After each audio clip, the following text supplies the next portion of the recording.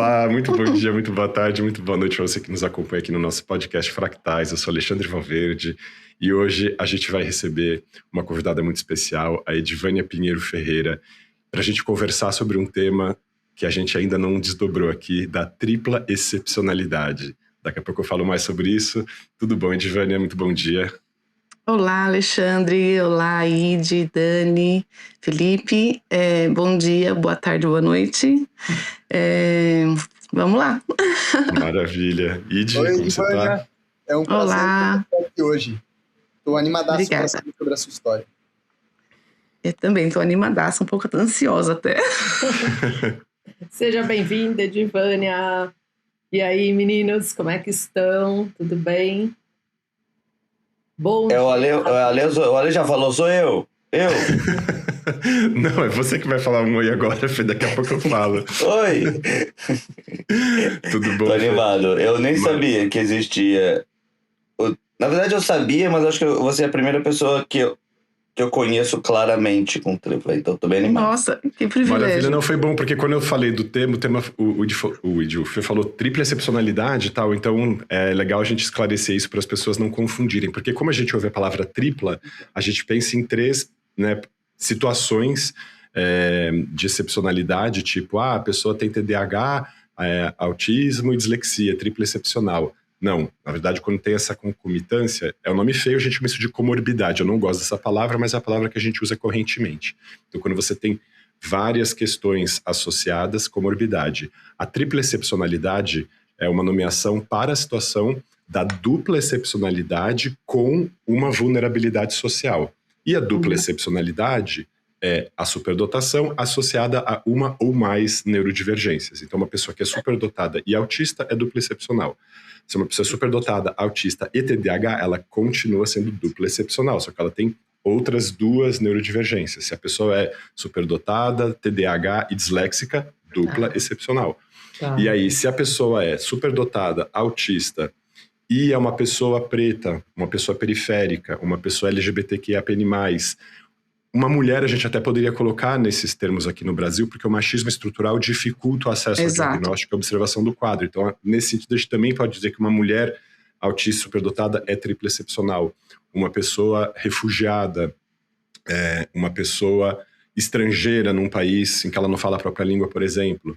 Então, você tem uma série de situações de vulnerabilidade social que, então, fazem com que essa situação da dupla excepcionalidade seja chamada de tripla excepcionalidade. E a gente vai conhecer, então, a história da Edivânia, né, Edivânia, quando você falou com a gente, se você também já colocou de cara essa questão, com clareza também, você já sabia da sua história, eu queria justamente entender, ouvir, né, acho que a gente, todo mundo aqui quer saber, como que foi esse percurso de descoberta, como que é essa questão de se saber tripla excepcional.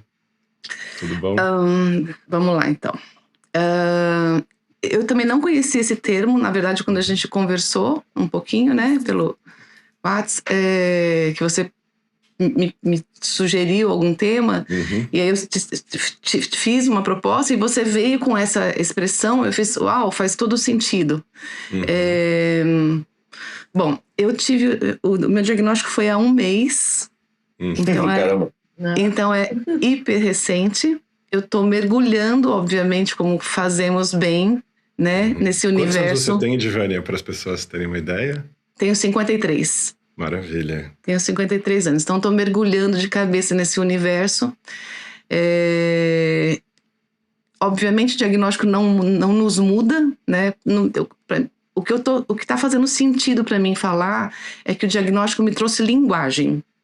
Linguagem para muitas questões que eu tive e vivi a vida inteira e não tinha palavras para nomeá-las, né? Então agora eu estou entrando, mergulhando nesses conceitos, hiperfoco, rigidez cognitiva, hiperempatia, e meu Deus, eu sempre fui assim, eu sempre fiz isso, nossa, eu sou desse jeito. É uma coisa assim, tá assim, explodindo a minha cabeça nesse sentido de conseguir nomear coisas que eu vivi, e, né, são 53 anos, então foi muito tempo sentindo, experimentando experiências internas e externas sem essas palavrinhas. Sem essa clareza, né? E como que tem sido mais espantoso para você, Edivânia, nesse sentido? Você está falando aqui de termos ligados ao autismo e tal. Uhum. E como que foi também se descobrir superdotada? O que isso significou para você? Você imaginava isso? Você se surpreendeu com isso? Nunca. Isso estava dentro do cenário. Como que foi para você também se perceber uma mulher superdotada? Absolutamente. Eu vou fazer uma analogia assim. Eu tenho 3 filhos, e uma de 23 e 2 de 19. É um casal de gêmeos. Foi a mesma sensação que eu tive quando eu fiquei sabendo que eu estava grávida de gêmeos. Não tinha ninguém com gêmeos na família. Então, quando o neuro falou assim, olha, você tá na tua curva aqui de superdotação. Eu fiz, hã? Primeiro ele falou o coeficiente, 140 não sei o quê.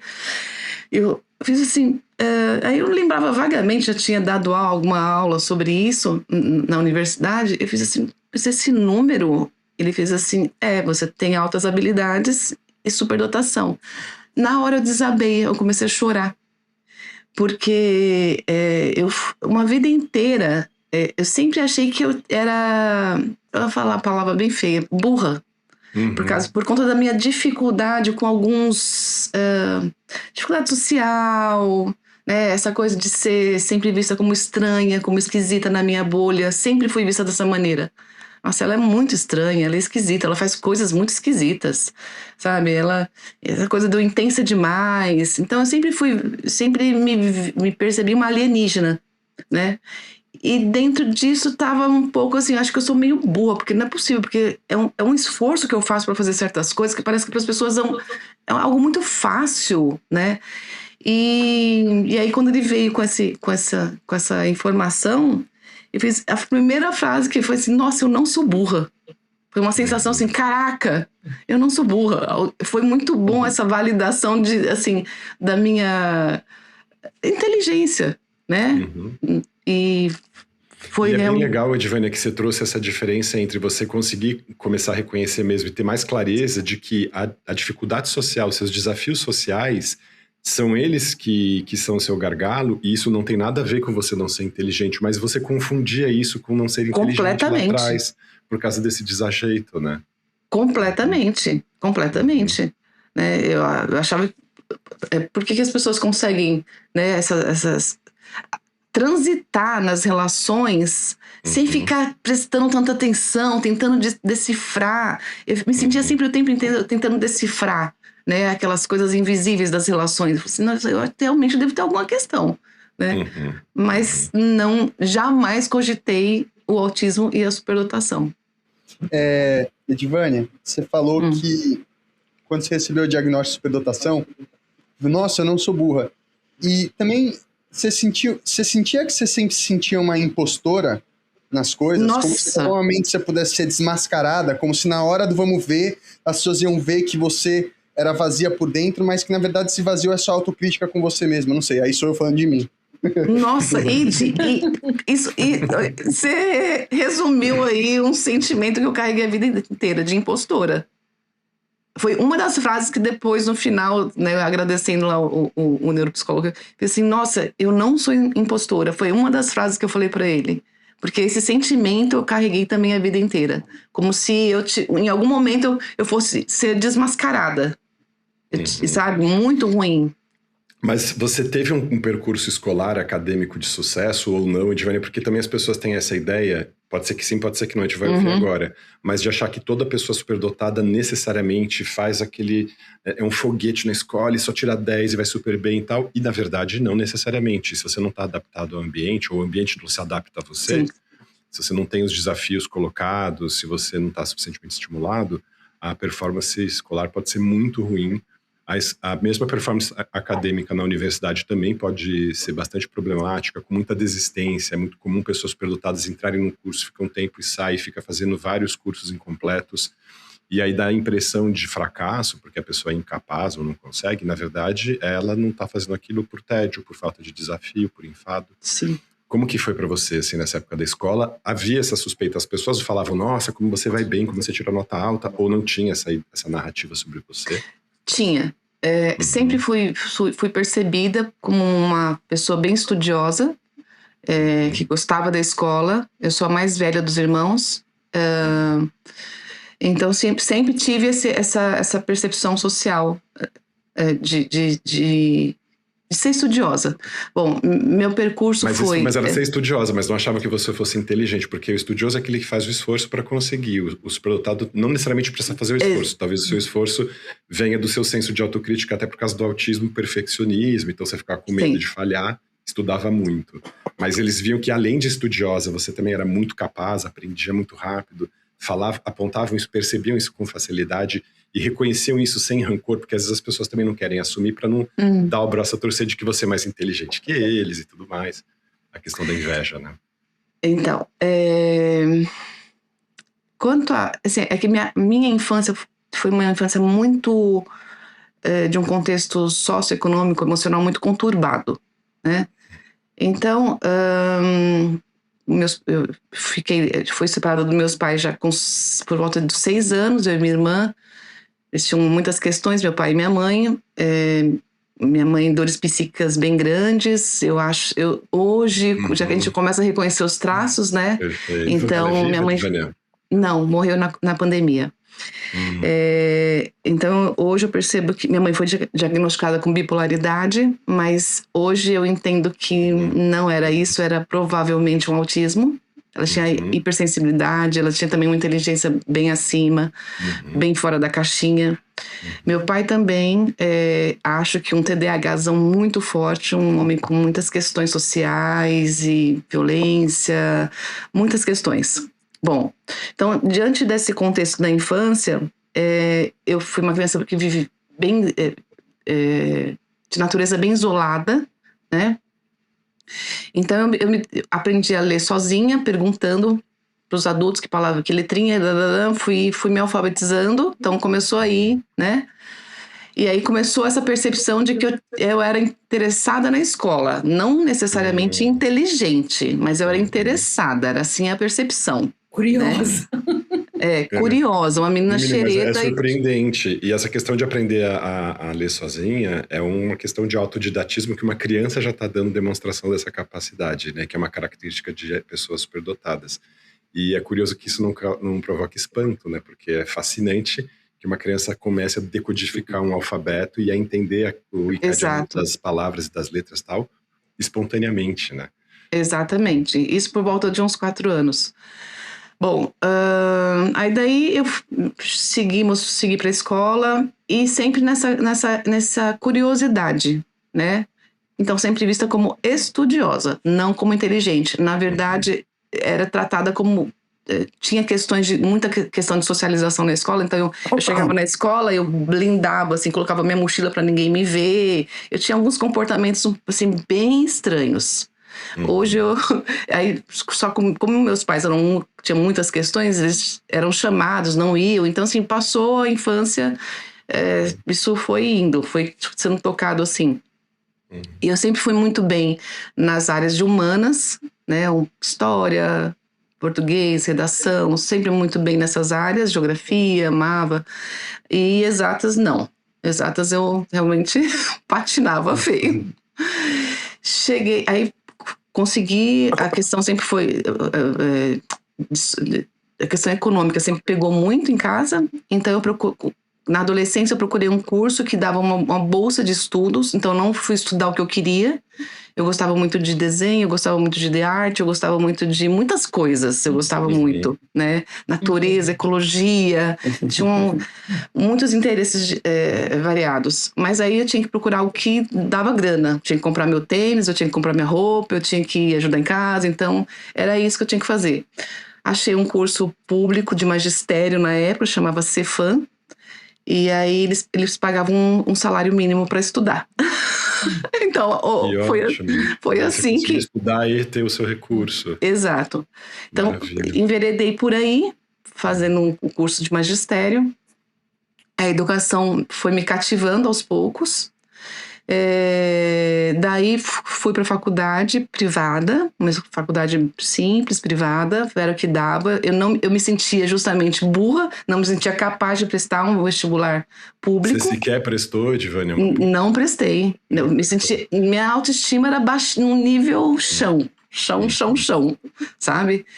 E então nem prestei. Bom, entrei na faculdade privada, foi a segunda no vestibular da universidade, passei, né, foi a nota Você mais... não suspeitou que isso pudesse ser sinal de alguma coisa. Você entrou em segundo De lugar jeito na nenhum, chamada do absoluto. vestibular, mas deve ter pensado, é só um vestibular de faculdade particular. Não deve ser tão forte Exatamente assim, isso. Então você não valorizou, né? De jeito nenhum. Eu falei assim, nossa, que todo mundo entra, todo mundo, pelo amor de Deus. Fiz vários pensamentos nesse sentido. Bom, faculdade...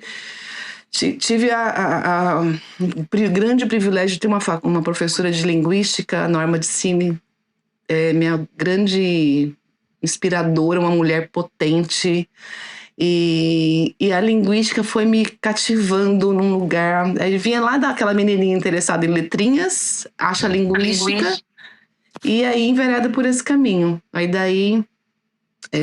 mas sempre, só que o meu interesse era esse, só que eu precisava de grana. O negócio era assim, eu precisava comprar uma casa, eu precisava fazer a vida acontecer nesse sentido, porque meus pais nunca tiveram casa, eu sempre morar de favor, aquela coisa bem precária, né?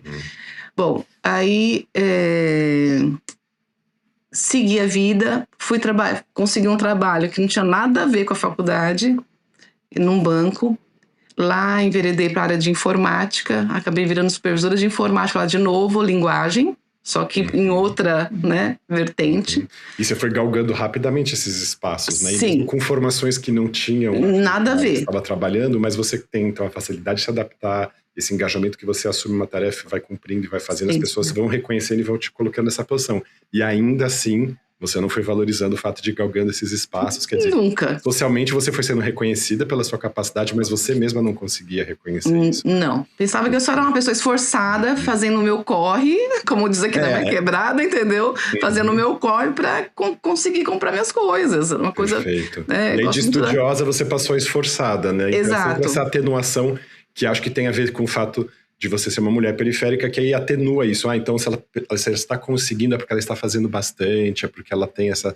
Não vão enxergar isso como uma potência, vão enxergar isso como um esforço, né? Exatamente. E tem esforço também, não estou dizendo que não, Edivânia, mas a questão é não enxergar a potência. Por isso a tripla excepcionalidade, né? Tanto o fato de você ser mulher como ser uma mulher periférica invisibiliza a sua potência, ela é diminuída, né? Ela é atenuada.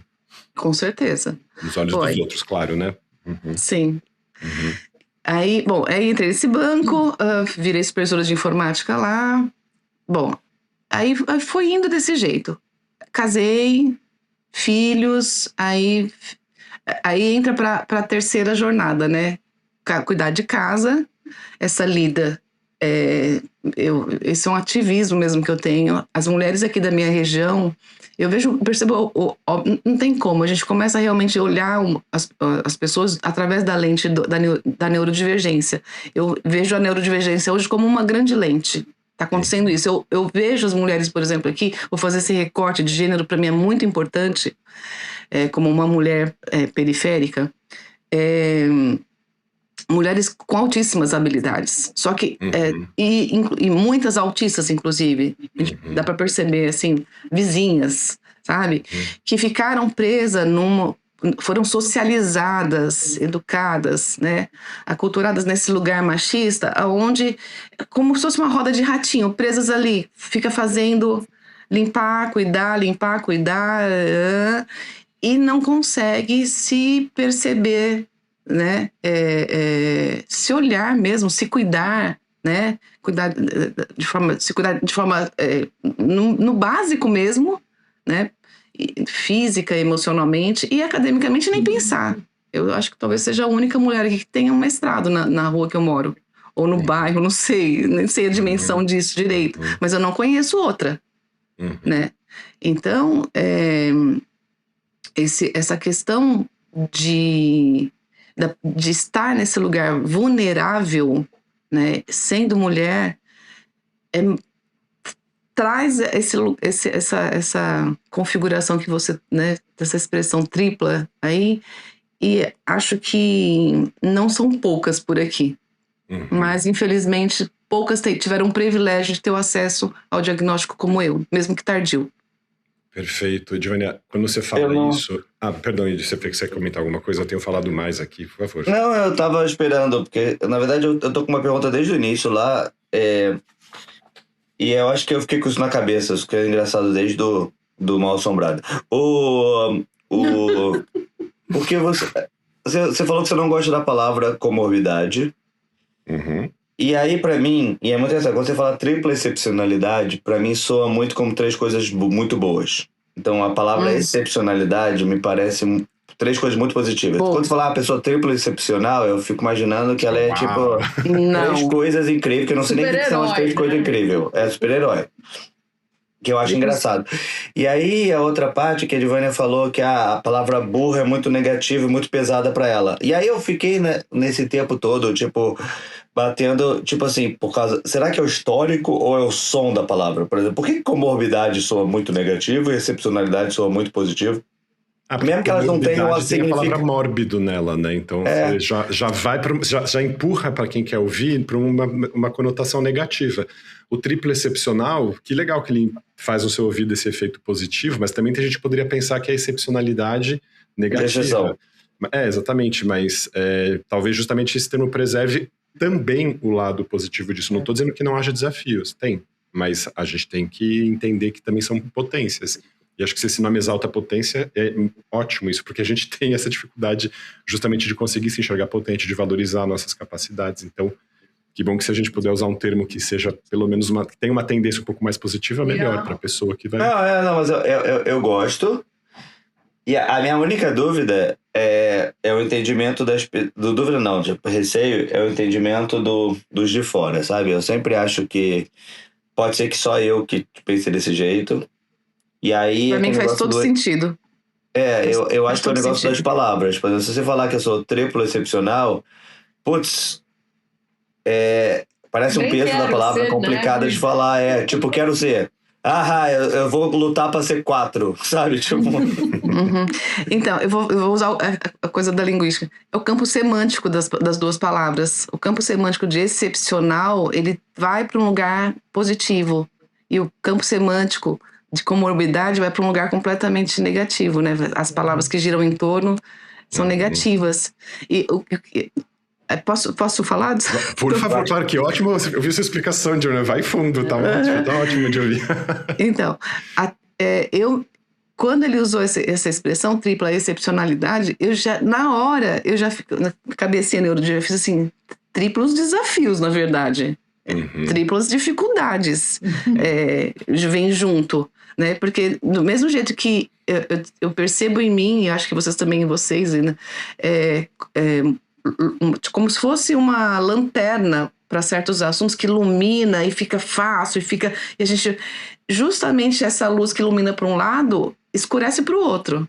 A sombra também vem, eu sinto meio que na mesma proporção. Então, assim, eu tenho, sim, facilidades em, por exemplo, decodificação de conceitos abstratos. Só que isso, em contrapartida, na minha vivência, me gerou muitas dificuldades. Por exemplo, na convivência social. Então, eu vivo numa bolha, eu não gosto muito dessa expressão, mas, assim, é um pouco isso, onde se eu começo a falar, nossa, já veio Edivânia. Pesar, lá vem Edivânia aprofundar, lá vem Edivânia, sabe? Então, essa tal excepcionalidade foi meio que me isolando um pouco nas habilidades que eu tenho. Então, você teve que ficar se diminuindo, não parecendo tão inteligente, não fazendo os comentários que você gostaria, não participando. Engolindo tudo. Do seu jeito tudo, né? Aquele masking assim, eu falo que hoje eu tiro máscaras assim o tempo inteiro, atenta aí ao masking, eu tô bem consciente disso, para tentar, eu preciso me trazer para o mundo. Preciso florescer. É engraçada. Porque eu acho que eu tenho muito isso, nessa questão de aprofundar ou Ou, enfim, falar sobre uma ótica, um ângulo que ninguém fala, né? Que eu chamo, às vezes, muitas vezes, ao longo do tempo, eu chamei isso de filosófico. Eu sempre falava assim, eu adoro ficar tendo esses papos filosóficos. Sou percebida assim também. Né? E aí, então, eu acho o máximo quando eu acho uma pessoa que tem esse papo filosófico também. Mas eu já fui exatamente julgada um pouco lá. Eu acho que eu não senti muito isso, lá vem a Daniela. Acho que esse lá vem a Daniela tem muitas situações éticas que as pessoas falam isso, né? As pessoas me colocam muito... Né? Se eu fosse um departamento, uma área de uma empresa, certamente eu seria o compliance. Sim. Passando a peneira ali. Então, assim, tem isso que as pessoas já fixam, mas eu acho que, assim, quando eu vou falar isso, eu já dou aquela rebolada no sentido engraçado, assim, da coisa, parece que não pesar, mas tô percebendo isso na sua fala, né, aí que eu fui resgatar isso, porque não é uma coisa que eu falei, você não tenta ser engraçada, não é algo que é intencional, né? Nossa, deixa eu tentar ser engraçada agora. É uma coisa que já tá na minha personalidade agir assim, nessa situação. Eu diria que é um masking estrutural. Eu acho que desenvolvi uma coisa... Não sei se eu tô usando um masking estrutural. Agora, masking estrutural. Sim, uma coisa... Eu tô tentando... Fala, desculpa. Não, por favor, Edivânia, fica à vontade. Então eu me sinto como você também, Dani. Eu fico tentando dar aquela rebolada pra ficar um pouco mais agradável, aquela coisinha assim, pra não ser percebida nesse lugar. Julgamento, né? Lidar com esses julgamentos. E agora eu não tô muito mais importando com isso. Tem, obviamente, o bom senso, né, da relação, mas o diagnóstico me trouxe esse lugar de... Tá tudo bem ser assim. Você não é maluca, você não é burra, você não é... Tô nesse lugar ainda acho que de resgate da minha autoestima, sabe? Com esse 1 mês de diagnóstico. E tô ficando bem com isso. Ótimo. Talvez justamente essa diferença que você falou, que não parece que mudou muita coisa depois que você recebeu o diagnóstico, mas está se processando essa mudança. Sim. Ainda mais você que é da área da linguística.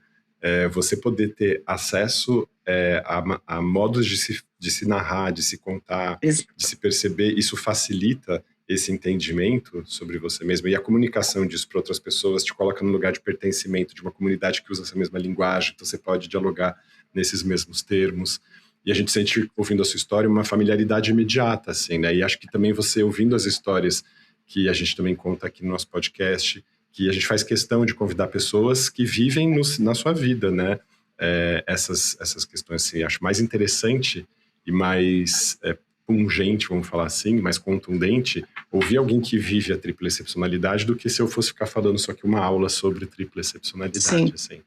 Então, aplicar legal. O conceito, né? Tô me sentindo assim. E, de você falando de você mesmo e ouvindo essa história, repassando na sua peneira, isso, assim, né? Sim. Maravilha. Edivânia, você trouxe essa questão das mulheres periféricas, eu acho super importante, porque tem duas questões aí, né? Que você falou que agora você não consegue mais não ver essa questão da neurodivergência nas pessoas. Então, o seu altidar tá ligado ali, a gente tem um episódio que a gente fala sobre isso, né? Esse radar autista e neurodivergente para reconhecer os pares. E justamente como essas mulheres estão silenciadas nessa circuitaria de serem, no fim das contas, exploradas pela própria capacidade dentro dessa rotina doméstica que vai usar a potência dessas mulheres só para manutenção desse estado machista mesmo, como se... Exatamente. Eu falei estado aqui, status, perdão. Sim. E desse machismo estrutural. E por que é interessante também essa informação? Porque as pessoas imaginam que os superdotados são muito raros, ou são pessoas que você vai falar, tipo um Einstein, uma figura que vai aparecer excepcionalmente uma vez na humanidade e tal.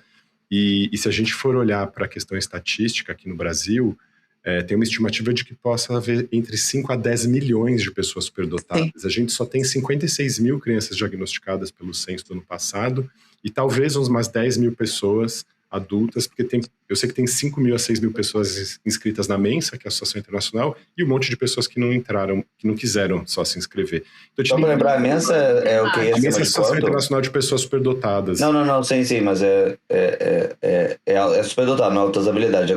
Qual é o QI? Acima de quanto? Acima de 130. O crivo da Mensa é acima de 130. E, então, sim, tem todo esse universo das pessoas com quem entre 120 e 130, com funcionamento de altas habilidades, mas que não passam esse crivo, essa catraca. Vamos dizer assim, é injusto.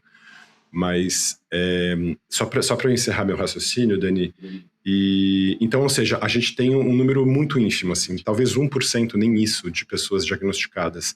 Então, a gente tem que entender que a superdotação está distribuída hoje. As pessoas estão vivas hoje, as pessoas estão em todos os ambientes. Exato. Sejam CEOs de empresas, mas sejam as mulheres periféricas, como você está trazendo. Sim. E aí, eu estava vendo uma pesquisa italiana que mostra que 85% das pessoas superdotadas, quando são melhor avaliadas, na verdade são diagnosticadas como dupla excepcionais, são também do espectro autista. Então, talvez dentro desse universo de 10 milhões, se a gente seguir essa estatística italiana, a gente teria 8 milhões de pessoas autistas e superdotadas, ou superdotadas e autistas. Uhum. O que eu quero dizer com isso? A gente tem falado sobre essa questão de como as pessoas têm apontado o tal do exagero no diagnóstico. E, na verdade, não há o exagero, é o contrário. Nós ainda estamos em débito com a população de autistas e duplos excepcionais e superdotados. A gente precisa identificar essas pessoas. A gente não está exagerando nos diagnósticos. A gente ainda não está sequer cumprindo a tarefa de diagnosticar 2% dessa população. Falta muito trabalho ainda. A Dani falar, depois eu falo. Não comentem isso, então, passo a bola. O que eu queria perguntar é essa questão matemática, Lê. Como é que, por exemplo, igual você falou, será que qual é o vamos dizer, qual é o crivo, né, que faz com que a gente considere, hoje a gente tem, por exemplo, a Mensa, você fala assim, tem uma bateria de teste acima de 130 considerado superdotado. Mas se a população começa a vir para cima, né, que eu entendo que de alguma maneira, como esses diagnósticos está subdiagnosticado e a gente tem muita gente, essa régua, né, ela não deveria subir, porque senão eu falo assim, nossa, toda a população, ou sei lá, estou exagerando, 50% da população é superdotado. Não é esquisito? Eu não deveria subir a régua, porque eu falo assim, não, mas justamente isso é novo o normal. recorte... O novo normal sim. é isso. O corte ele se faz depois que você desenha a curva de normalidade. O que é uma curva de normalidade? Não é você definir quem é o normal e depois distribuir num horizonte. Você pega uma população inteira, aplica o mesmo teste, essa população ela vai se comportar numa curva que é a tal da curva normal. Lembra da curva de Gauss? Que é aquela curva que é um sino. Então tem aquele rabinho à esquerda, sobe, faz um cucuruto ali, desce, né, uma montanhinha, um sino. Então, a definição e o corte quando você tem do ponto médio, que aí a gente estabelece como QI 100, média, você tem 2 desvios padrões para esquerda, então você tem 30 pontos a menos, define-se a deficiência intelectual, e 2 desvios para a direita, você tem um outro corte, um outro rabichinho ali da curva, você define isso como a excepcionalidade, a superdotação. Mas é arbitrário, é um ponto de corte. Quem disse que a pessoa que tem um QI 129 não é superdotada? Então, você também tem uma matiz de nuances da capacidade. E aí, de novo, não é só capacidade cognitiva, a gente tem que se lembrar disso, assim. As sobreexcitabilidades, o nosso sistema sensorial, perceptivo, afetivo, criativo, cognitivo e o nosso controle motor, tudo isso fica modulado, fica hiperativado na superdotação. Então, não é só um aumento da capacidade cognitiva, são de todas essas expressões, né, do nosso funcionamento. Então, é um recorte estatístico, Dani. E hoje o que a gente entende é que toda essa questão ligada a uma definição qualitativa, vamos dizer assim, da superdotação, que seria a capacidade acima da média, a criatividade, um engajamento, né, esse senso de compromisso, de dedicação àquilo que se faz, e não importa o que seja, mas o superdotado está sempre muito imerso, muito engajado naquilo, a gente consegue observar esse padrão de funcionamento mesmo em pessoas que não têm o QI 130, porque não é assim, a partir do 130 agora você veste a roupinha do superdotado e você passa a apresentar todas as características, como se isso não aparecesse numa pessoa com QI 120, 125. Então, E por isso essa discussão de que a gente não pode definir a superdotação e as altas habilidades como esse ponto de corte inflexível. E aí o que acontece? A gente meio que usa o termo superdotação na prática, no dia a dia, para falar do QI 130 para cima e usa o termo altas habilidades para falar das pessoas entre 120 e 130. Também isso daqui é no cotidiano, tá? Não é uma linguagem oficial. Mas na prática é o que acaba acontecendo. Fala aí, Di. Eu vou dar um exemplo que é o meu exemplo, que eu vivi. Quando eu fiz o meu teste de QI, acho que há 9 anos atrás, eu lembro que a mulher, a neuropsicóloga que aplicou em mim esse teste, que foram dias, na hora de apresentar o relatório, ela falou, nossa, Id, eu nunca tinha visto um teste tão estranho, porque tem coisas do teste que você foi tão bem, você não só foi, tipo, acima da média, você foi acima da média, assim. Testes de linguagem, de assimilação rápida, de raciocínio rápido, de memória, eu fui, tipo, muito bem. Mas, ao mesmo tempo, ela falou, tiveram testes que você foi na média. E eu nunca vi isso acontecer. Foi muito estranho para mim ver, tipo, alguém despontar tanto em algumas coisas, em outras dar na média. E olha que interessante, né? As coisas que eu dei na média, ela falou para mim que a principal característica dos testes cognitivos que eu dei na média era que era um teste sobre identificar um padrão e depois esse padrão mudar no meio do teste, você identificar a mudança de padrão. E ela falou, cara, você identificava o padrão muito rápido, mas aí, quando o padrão mudava, você não conseguia mudar de jeito nenhum. Você ficava preso. Fixava num padrão. A rigidez cognitiva total. Né? Fixava num padrão. E ela falou, esses testes puxaram muito sua média para baixo. Eu lembro quando deu minha nota, ela falou, cara, você tá, tipo, a 2 pontos da superdotação. Foi um negócio assim, ela falou, e é muito interessante, porque é justamente por causa desses testes. Na época eu nem tinha diagnóstico de autismo nem nada, mas, enfim, faz muito sentido, né? Só dando um exemplo. E exatamente isso, Id. Na dupla excepcionalidade, a gente vê essas discrepâncias nesses índices de inteligência mesmo, né? A gente está falando você está falando aí da velocidade de processamento, a sua é super rápida, a memória operacional, a sua é super rápida. Aí tem a compreensão verbal, que é a capacidade que você tem de armazenar informação, e a organização perceptual, que é a questão da inteligência fluida. E aí que talvez, não lembro exatamente do seu teste, mas pelo que você está descrevendo, provavelmente foi aí que a coisa engasgou. E pode acontecer por causa da rigidez cognitiva do autismo. Então, o ideal é a pessoa já perceber essa discrepância e tentar pensar, será que tem alguma outra neurodivergência que está modulando essa resposta? E também, gente, o teste é uma situação dinâmica que é feita em um momento de vida que você pode estar mais deprimido, Sim. mais ansioso, com mais disfunção cognitiva. E então, é uma fotografia que pode ser meio embaçada, assim. Então, a gente também não tem que ficar levando a ferro e a fogo. E muitas pessoas autistas performam mal na prova de QI porque tem um senso de autocobrança tão grande, uma ansiedade de desempenho, ficam tão inquietas que demoram para dar a resposta certa, sendo que já tinham percebido a resposta certa, mas fica repassando na cabeça e aqueles poucos segundos que você hesita em responder, tira ponto, vamos dizer assim. Então a gente também tem que ser cuidadoso na hora de olhar um exame desse e não achar que é uma última fotografia da pessoa que vai falar a última verdade sobre ela. Posso só parar e mostrar uma coisa muito legal? Minha filha acordou e me fez, ó, escrito Felipe, 4 anos. Um monte de coisa. Cadê você? Não tô vendo, só tô vendo coração e... Fofura. Melhor eu escrever Felipe, não papai. Não, é que ela tava aprendendo ontem, ela pediu pra eu escrever pra ela copiar. Uma incursão de fofurice no meio do episódio aqui. E outra coisa, olhando isso, é só a cabeça do Felipe doida. O coração, como a gente desenha, parece muito mais uma bunda do que o coração real. Parece uma maçã, um pêssego, Fê. Olha o que você já viu. Total. Posso falar uma coisa sobre o que vocês estavam falando? Assim, aqui tem um posto de saúde aqui na esquina da minha casa. Fui lá para checar a fila para conseguir o diagnóstico. Gigante. E tem a estação de trem aqui, é um bairro dormitório, né? Onde a 1h30 assim, do centro de São Paulo. Então, eu, por exemplo, estudei em trem ônibus, né, para faculdade, depois para o mestrado, estudava em trem ônibus. E hoje eu sinto que está virando, Tá virando, não, já virou. Eu já comecei a fazer uma especialização em neuropsicologia aplicada ao TEA, porque não preciso agora mergulhar aumentar meu repertório. Então já mergulhei nisso.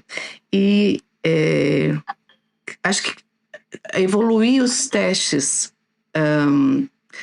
para repertório. Como que eu posso dizer assim? Eu lembro lá do teste, perguntando quem era Marie Curie, quem era a imperatriz. A Catarina. Assim, tem pessoas que não tiveram só acesso a essas informações. Estudaram aqui numa escola muito precária. E esses testes não vão pegar a superdotação dessas pessoas. Perfeito. Não vão. Simplesmente assim. E elas não deixam de ter altas habilidades por conta do teste não filtrar ali o repertório, a bagagem que elas têm. Que talvez seja, por exemplo, de... nem tantas coisas aqui. Do bairro da avó. Ela sabe o nome de todo mundo que a avó compra no café. Exatamente.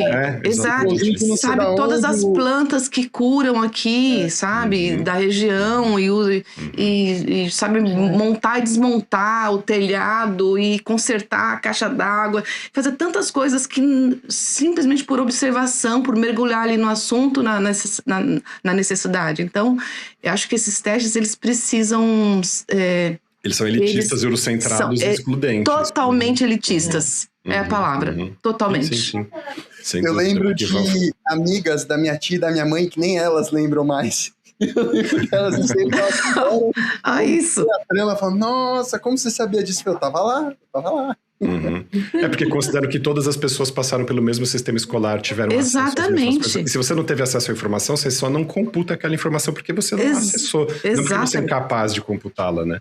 E aí, mas há testes de inteligência não verbal.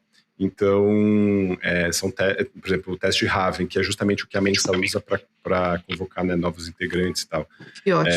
É um teste só de reconhecimento de padrões, pode ser aplicado em qualquer pessoa, em qualquer lugar do mundo. Então, é bem interessante que ele funciona com uma lógica de imagens. Aí você vai tentando deduzir pelas imagens que o teste está buscando, e justamente essa capacidade de você deduzir uma resposta quando você não tem arcabouço erudito sobre aquele assunto. Exato. Que aponta a sua inteligência. Então, eu acho um teste um pouco mais justo nesse sentido. Com certeza.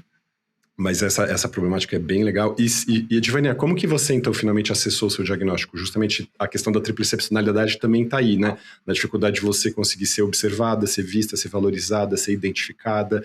Mas aí você acessou quais recursos? Você teve que juntar recursos seus para fazer isso? Você conseguiu pelo SUS? Como foi o seu caminho? Tá, recurso financeiro, você está dizendo, né? Então foram recursos mesmo. São caros, né, os testes? São. Então, assim, eu sou professora universitária hoje, sou psicanalista, já sou aposentada pelo Estado, aposentei um pouco cedo, tenho uma doença autoimune que chama espondilite anquilosante articular. Então, assim, recursos financeiros eu consegui me organizar para ter, então paguei particular.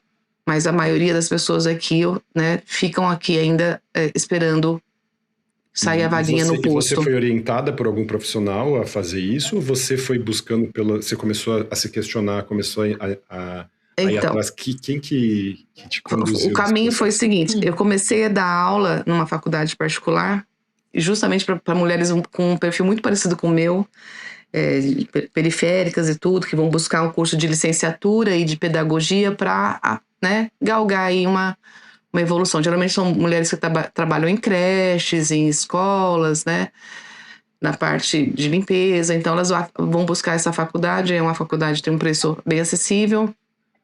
E então fui dar aula de inclusão e diversidade. E aí comecei a ler artigos sobre neurodivergência e ali falei, eita, tá falando de mim. Tá falando sobre minha vida aqui, coisas aqui. E aí foi nessa direção que eu fui indo, através desses artigos. Então foi você que se auto-identificou e você começou todo esse caminho, esse percurso. Parabéns, Edivânia, pela sua sensibilidade. E que você deve ter, imagina, ao longo da sua vida, passado na mão de vários profissionais da saúde que poderiam ter identificado essas características e você não conseguiram fazer isso, né? Então, não foi bem assim. Não? Ótimo. Não, eu nunca passei no psiquiatra. Olha, não, mas eu digo outros profissionais de saúde, eu digo outros médicos, pediatras. Sim. Não só psiquiatra, porque o pediatra deveria fazer essa observação quando você era criança. O ginecologista também pode ter sensibilidade a partir da observação das suas intensidades, das suas queixas. Também pensar, nossa, porque são profissionais que estão na linha de frente, lidando com o público que, se ele tivesse sensibilizado e tivesse um outdoor ligado, ele conseguiria facilitar a vida dessas pessoas de uma maneira muito importante. Sim. Então, na verdade, eu faço análise há muitos anos, né? Nem o meu analista percebeu. Aí eu comecei depois que eu li os artigos, comecei a levar isso para análise. Eu acho que talvez eu seja autista. O que você acha? Ele disse, olha, precisa investigar. Ele ficou meio assim, em dúvida. E aí eu falei assim, então tá, então vou investigar. E aí eu fui por minha conta, fui atrás do neuropsicólogo. Minha irmã é psicóloga, falei com ela fez tem uma irmã psicóloga. E ela fez assim, Vânia, você sempre foi fora da caixinha, mas eu acho que não é autismo. Acho que você sempre foi curiosa, você foi intensa, mas acho que não é isso. Então, uma irmã psicóloga também não passei por ela. Porque vê a sua superdotação e não enxerga o autismo por trás. Pessoas também não sabem. Ninguém sabe o que é isso.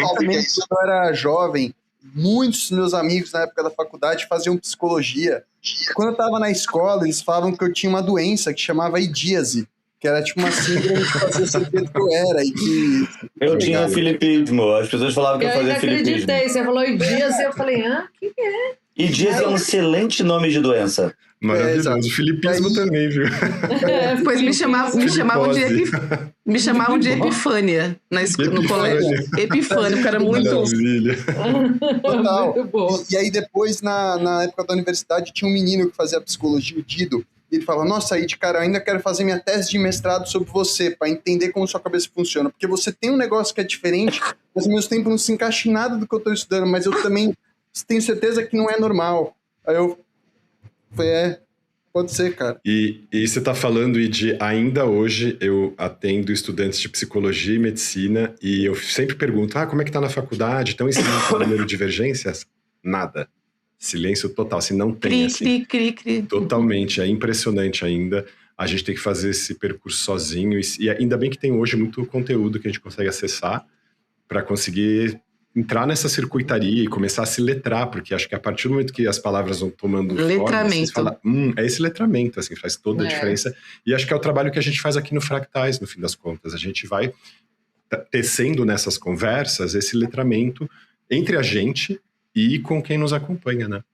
Então, o achado de vocês, na verdade, essa coisa de achar vocês foi muito interessante. Uma amiga minha autista, que é uma paciente sua, ela conversando, ela falou assim, então, Edivânia, dá uma olhadinha nisso, né? Muita afinidade. Olha, você não quer começar a ouvir, assim? Então, mas não falando do podcast, ele falou, dá uma olhadinha nessa coisa do autismo. Tá, okay. Aí ela fez assim, olha, passa com, olha, aí me mandou o contato do Alexandre. Assim, passa com ele, faz uma avaliação, não sei o quê. Aí até considerei fazer com ele, mas depois falei assim, não, prefiro o neuro. Aí fui lá, fiz tudo, aí depois que saiu o diagnóstico, eu saí no Instagram e no Spotify catando conteúdo e gente que falava sobre o assunto pra me nutrir, né?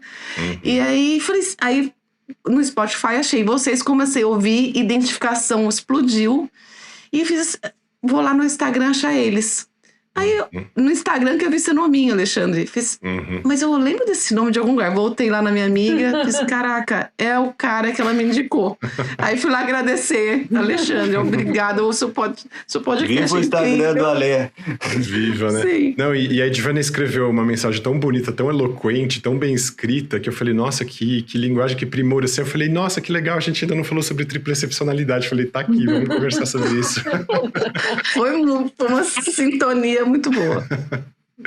Maravilha, Divânia. Foi super legal te receber aqui. Sua história é incrível, cheia de detalhes super interessantes para as pessoas que estão também precisando aprender, se nomear, se falar, reconhecer essas nuances, que a sua história tem tantas delas, assim. Então foi super bacana conhecer o seu percurso, viu? Muito obrigado por estar aqui com a gente hoje. Posso só falar uma última coisa? Claro, fica à vontade. Volte aqui, Divânia, você falou 1% da sua história, ainda quero ouvir os 99% e a outra parte que vai chegar, que agora você está se aprofundando nisso, isso é irado, vai surgir muita coisa.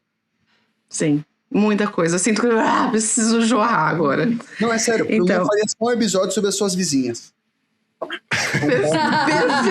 Perfeito. Muita mulher, show de bola aqui. Então, é assim. Traz suas vizinhas, né? Sim. Então, assim, eu tenho um pedacinho. Meu pai deixou um pedacinho de terra lá em Genipapo de Minas. E eu vou. Sempre gostei de planta, então tô indo lá tentar cultivar uma agroflorestinha. Maravilha.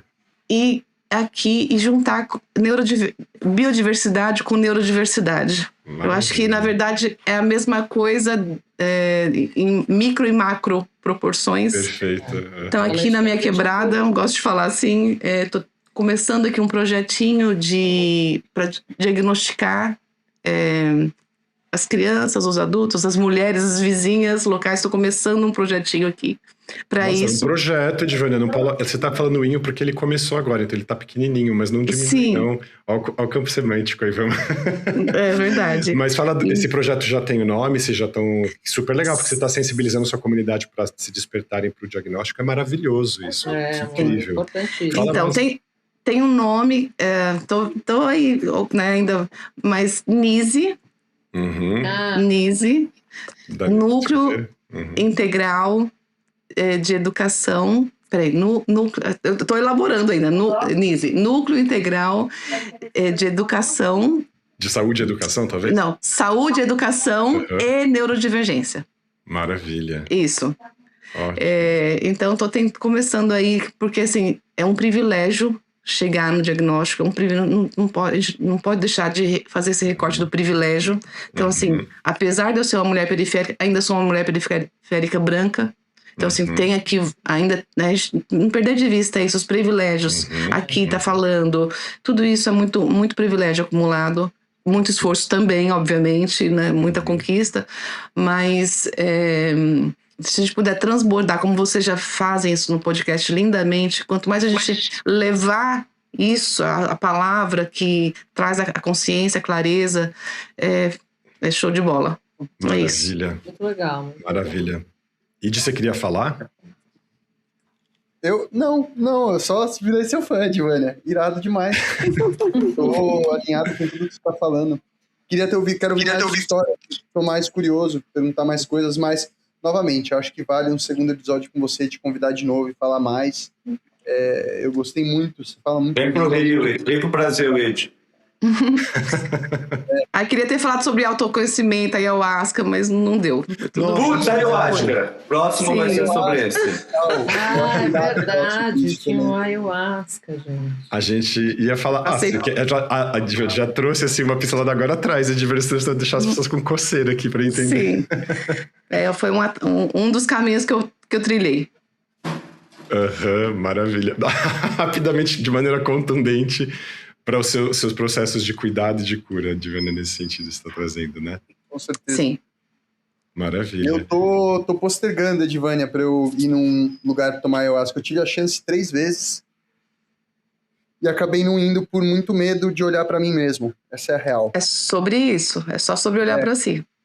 A definição mais clara que ele me falou foi isso. É como você rever sua vida de fora, como se você não estivesse ali se enxergando de fora, e isso é muito duro. E eu tenho medo.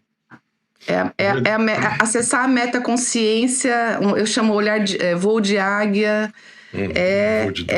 Maravilhoso, mas é assustador. Mas é muito maravilhoso também. Maravilhoso, assustador.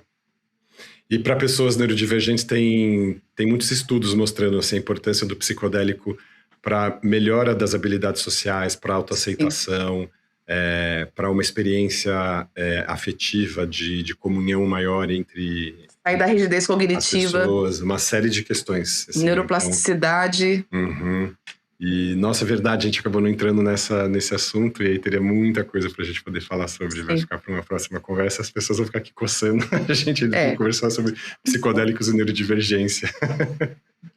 Maravilha. Edivânia, foi um prazer, viu? Um grande abraço. O prazer foi meu. Muito obrigado pelo espaço. Muito obrigado a obrigada. você. E sucesso no seu projeto, no NISE. Parabéns pelo sucesso mesmo. Vai contando pra gente. Exatamente. Obrigada. Tchau, tchau, pessoal. Tchau, tchau. Tchau.